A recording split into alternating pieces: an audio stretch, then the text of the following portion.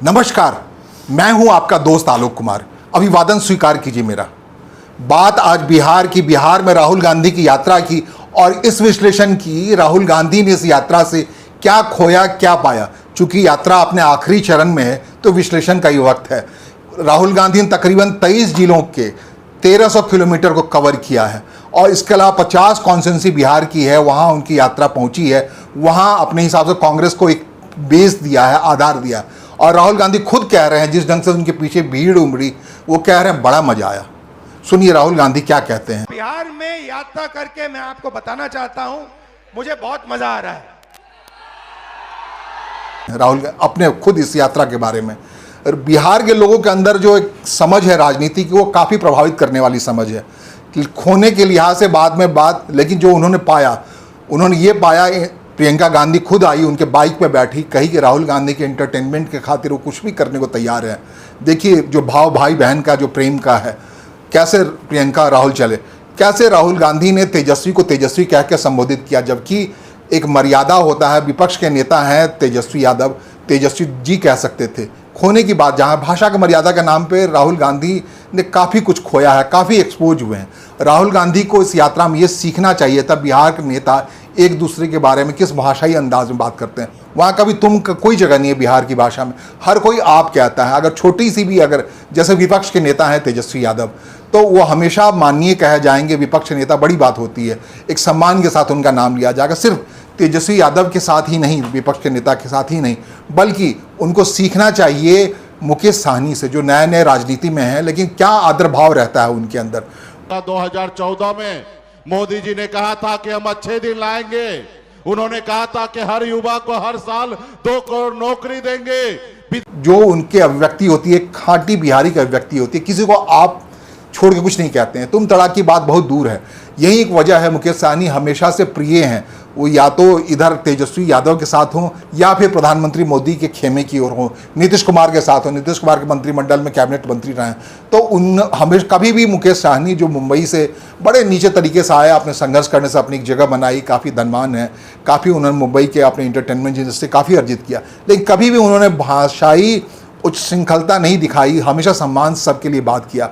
यही वजह है कि पलक पावड़े बिछाकर अब भी एनडीए उनके आने का इंतजार कर रही है, जैसे कि वो तेजस्वी यादव के साथ बने हुए हैं साल भर से। तो इन सब के बीच भाषाई मर्यादा कितनी महत्वपूर्ण है, ये समझने वाली बात है। जिस ढंग से राहुल गांधी अपने आवेश में प्रधानमंत्री के बारे में जिस ढंग से आचरण कर रहे थे। नरेंद्र मोदी वोट चोरी करता है, नरेंद्र मोदी वोट चोरी करता है, वोट चोर, गद्दी चोर, वोट चोर, वो सब एक बड़ा नुकसानदेह वाला मामला था। लेकिन फिलहाल उसकी आलोचना के बीच में ये बड़ा महत्वपूर्ण है कि क्या कुछ राहुल गांधी को मिला। जैसा वो कह रहा है, बड़ा मजा आया। राहुल गांधी को मिला बिहार में जाकर के इंडिया गठबंधन के उन तमाम नेताओं का समर्थन जो काफ़ी महत्वपूर्ण है आने वाले दिनों के राजनीति के लिए।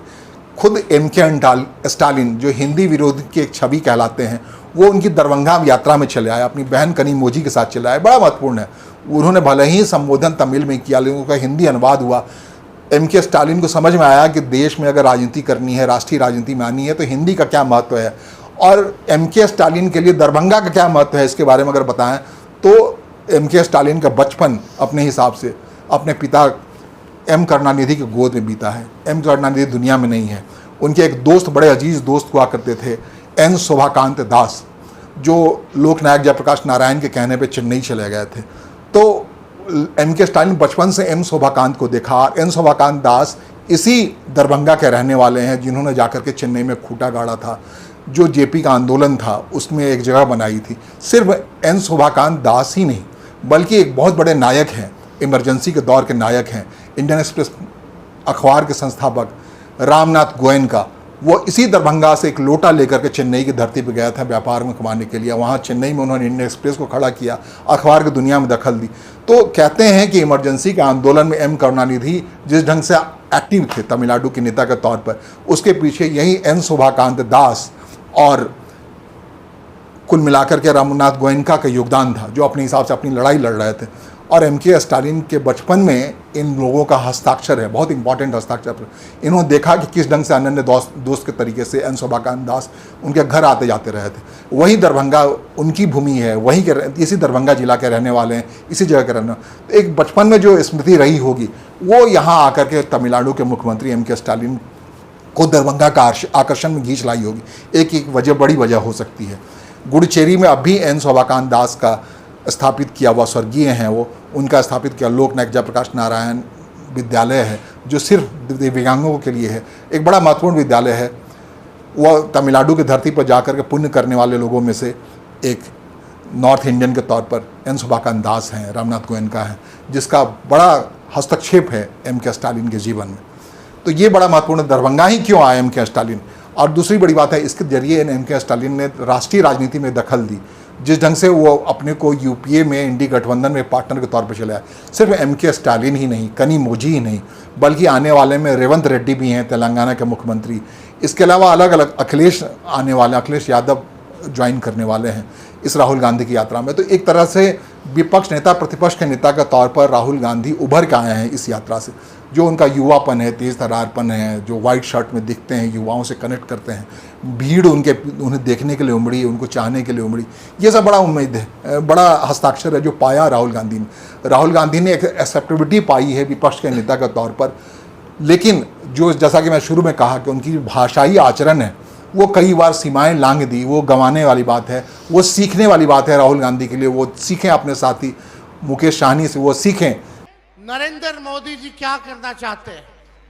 वो चाहते हैं कि लोकतंत्र को खत्म करके तेजस्वी यादव जैसे नेता से, जो मंच से कभी भी कोई सीमा नहीं लांघते हैं, जो भी आचरण होता है उनका, तमाम आक्षेप के बावजूद, राजनीतिक प्रतिद्वंदता के बावजूद, नीतीश कुमार के बारे में, मुख्यमंत्री नीतीश कुमार के बारे में उनका हमेशा जबान से आता है चाचा।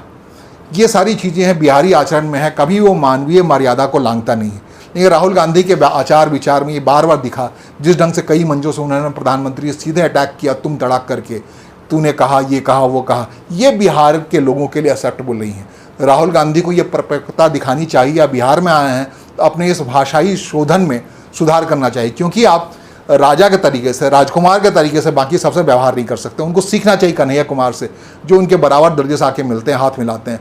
कि कन्हैया कुमार की जो पृष्ठभूमि है, आंगनबाड़ी की सेविका है उनकी माँ, और उस छोटे से पैसे से वो पले बढ़े हैं, लेकिन उनके आचरण में, उनके व्यवहार में, सब कुछ बोलने के बाद प्रांजलता के साथ बोलते हैं, लेकिन कभी भी वो भाषाई सीमा को लांघते नहीं, एक सम्मान के साथ रखते हैं, बड़े सूक्ष्मता के साथ वार करते हैं, पॉलिटिकल वार।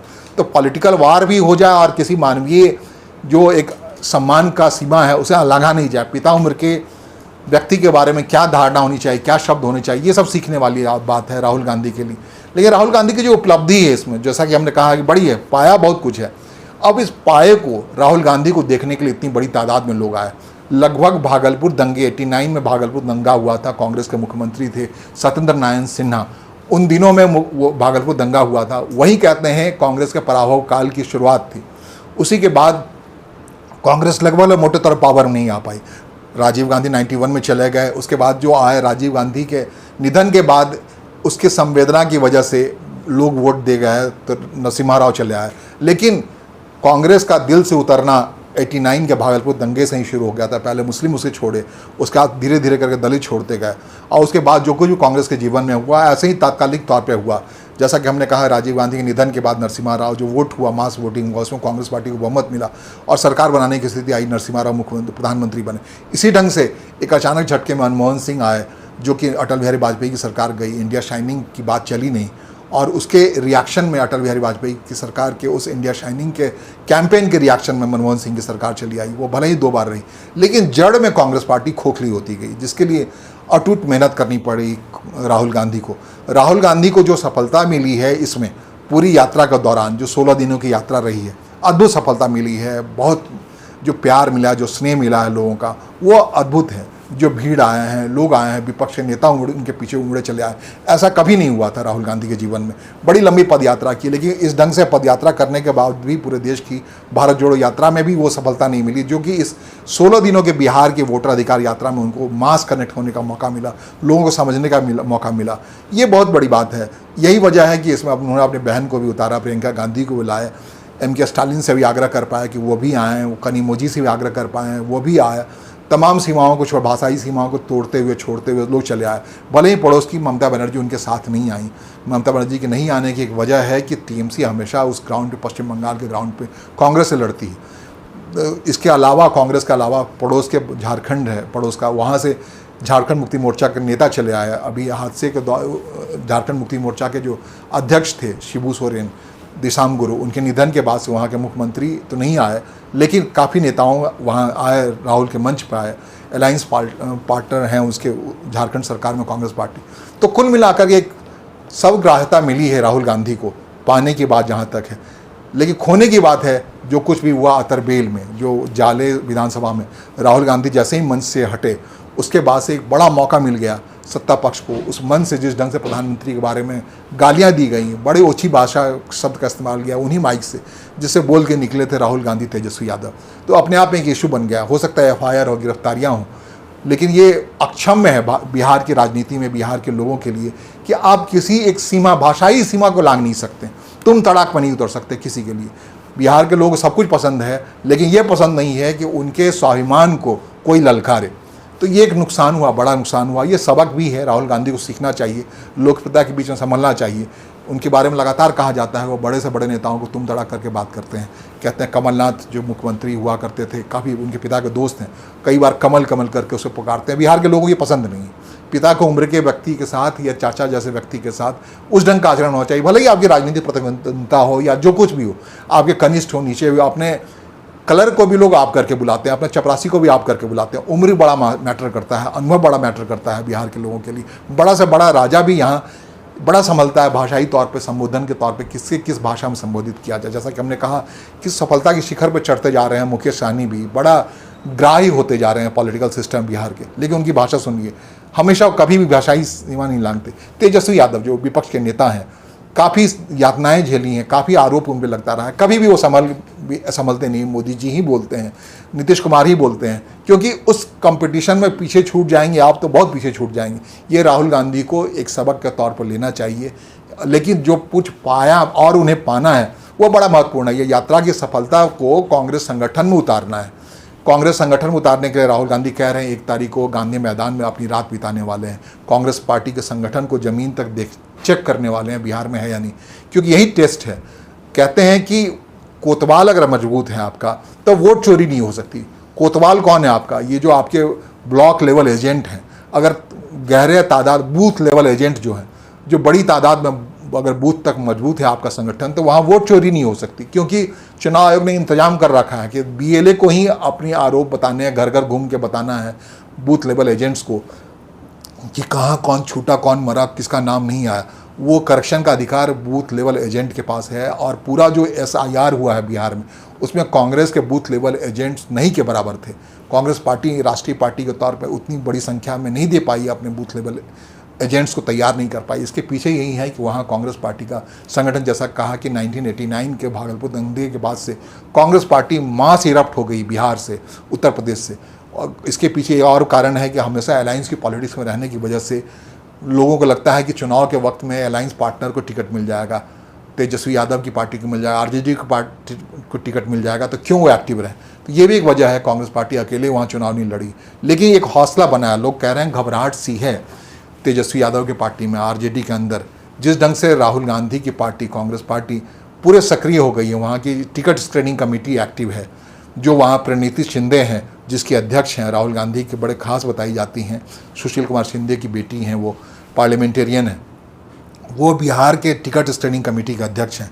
उनके पास जैसे लोगों का तांता लगा हुआ है, इससे घबराहट फैल गई है खुद महागठबंधन के अंदर, तेजस्वी यादव के पार्टी के अंदर। खासकर CPI-ML तो आलोचना भी करने लगा है, शिकायत भी करने लगा है पार्टनर के तौर पे, क्यों जो CPI-ML जिन सीटों को जीता है उन सीटों पर भी प्रणीति शिंदे की कमेटी ने कांग्रेस पार्टी के टिकटधारियों का आवेदन लेना शुरू कर दिया है। तो एक ऐसा माहौल बनता जा रहा है, राहुल गांधी पूरे उत्साह से भरे हैं।